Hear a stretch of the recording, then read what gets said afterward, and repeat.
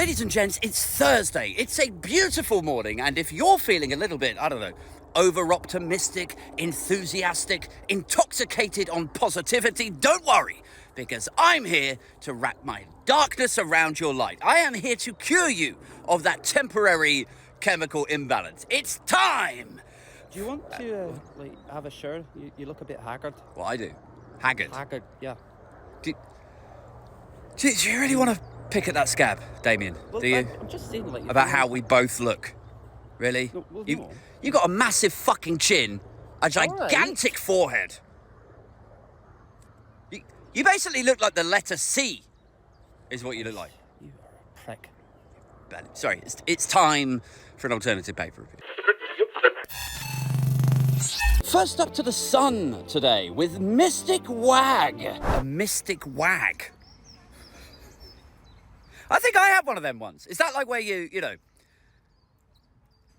and then the next night you go on to sleep with them? No, of course not. It is the story that a footballer and his girlfriend have gone to visit a tarot card reader. Now, if you're not familiar with tarot card readers, for me, they're not dissimilar to ATM card readers in that they show me how my short-term future might be different to how I'd imagined it.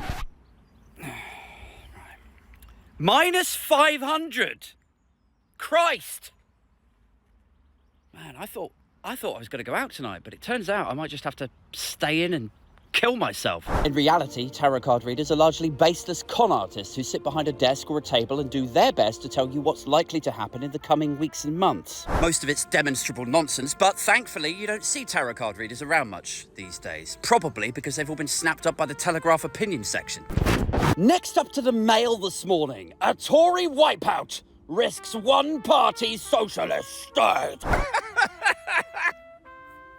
I mean, in what reality, in what universe is Keir Starmer's Labour Party a socialist entity? Like, I hope Labour get in and form or lead the next government after the 4th of July. I hope that happens. But seriously, go out to even, Labour conference and ask people what their opinion is of Keir Starmer. And they'll be like, oh, I don't trust him. He's abandoned all of his socialist pledges. He's going to bring in more austerity. He's a red Tory. Right, but in a two-party system, if you had to vote for one or the other, would you vote for Keir Starmer's Labour or the Tories? Could you bring yourself to vote for Keir Starmer's Labour Party?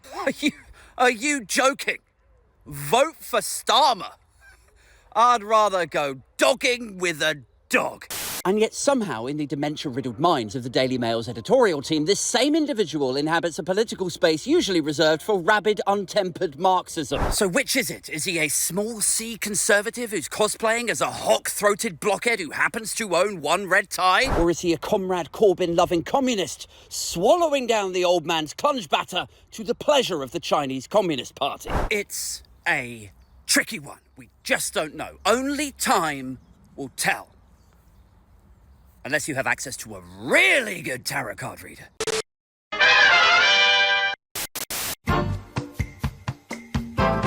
Over to the Eye now, who say Labour are set to announce big cuts to public services in the UK. Now, somewhat paradoxically, this is the story that nobody's talking about, in spite of it being on the front page of a newspaper. Because here you have a headline that suggests Labour are sort of mean-spiritedly going to cut public services if and when they win the general election. But the reality is that whoever wins this coming GE, they are going to have to make some really difficult decisions. This is the worst public finances situation since after the Second World War. Now, yes, you will hear this discussed within the sort of realm of tax rises on things like the Sky News leaders interview debate question thing that took place last night. But those questions and answers, from Beth Rigby to Keir Starmer, from Sunak back to Beth Rigby, they're always framed in a way that is sort of party political and combative and sort of gotcha'd, if you like. It's like, can you rule out tax rises? Why won't you rule out capital gains tax rises? Oh, well, you said that you were going to keep taxes low, but now you're saying this. Whereas if we pan out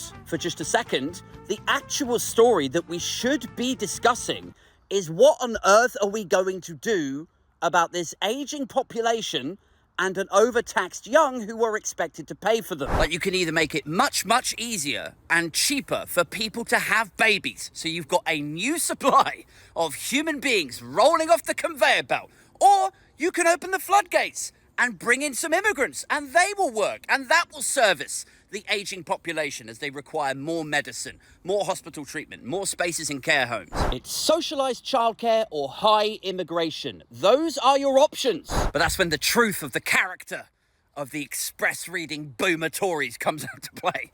Because they're like, oh, what if I don't like immigrants? And what if I don't like socialised childcare? I don't like giving people free handouts or immigrants. All right, settle down. Everybody's granddad. Let me ask you this. What is it? You say you don't like immigrants. You say you don't like socialised childcare, free handouts and shit. That's right. I hate immigrants. Hate single mothers. Hate socialism. Okay, but let me ask you this. Do you like your son living in a one-bed flat in his 50s?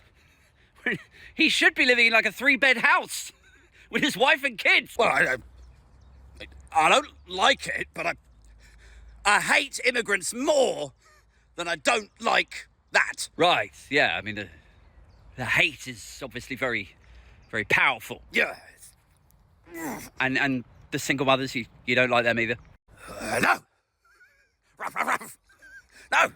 We never had any help when we was coming up, so they shouldn't get anything either. Everything should remain exactly the same as it was in the good old days, when everything was shit. Okay, so you don't like them, but let me ask you this.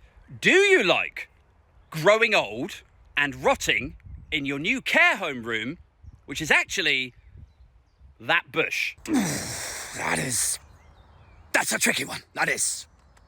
Can I phone a friend? I mean, I'm taking the piss, right? But just contextualise that parody of an old man for a second with what Brexit has done to the UK economy and the deprivation that it continues to visit upon us. Like, there were people who were quoted after the referendum who were like, I would literally rather die than rejoin the EU. Like, really?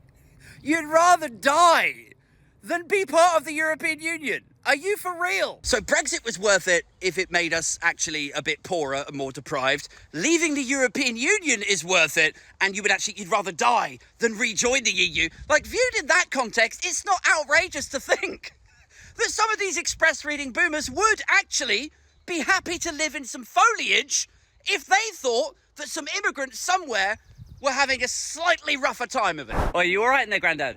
You fuck off. No, I mean, you've been in there for a while. I'm having a poo. Do you want a newspaper or anything? I got the sun. No, I mean to finish up with.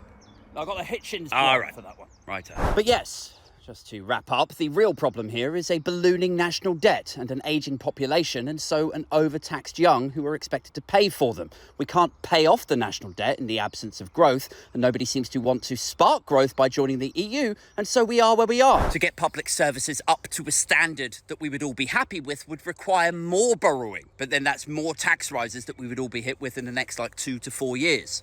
To get more people working requires that free childcare or to let loads of immigrants in, but neither one of the main parties seem to want to have that conversation. And so the output of all that is that whoever wins this coming election will be forced to cut public services and probably to hike taxes. That's why even the Tories, who were saying, vote for us for tax cuts, Labour will hike your taxes, even their own independent OBR analysis says everyone should expect the tax burden to go up even further. But, I know it sounds bleak. I know it sounds like there's no hope. Public services are destined to be slashed, etc., etc. I know it sounds bleak, guys, but I will leave you with this little positive note. Apparently, there's a one-party socialist superstate coming in. So, they'll be all about public services, won't they?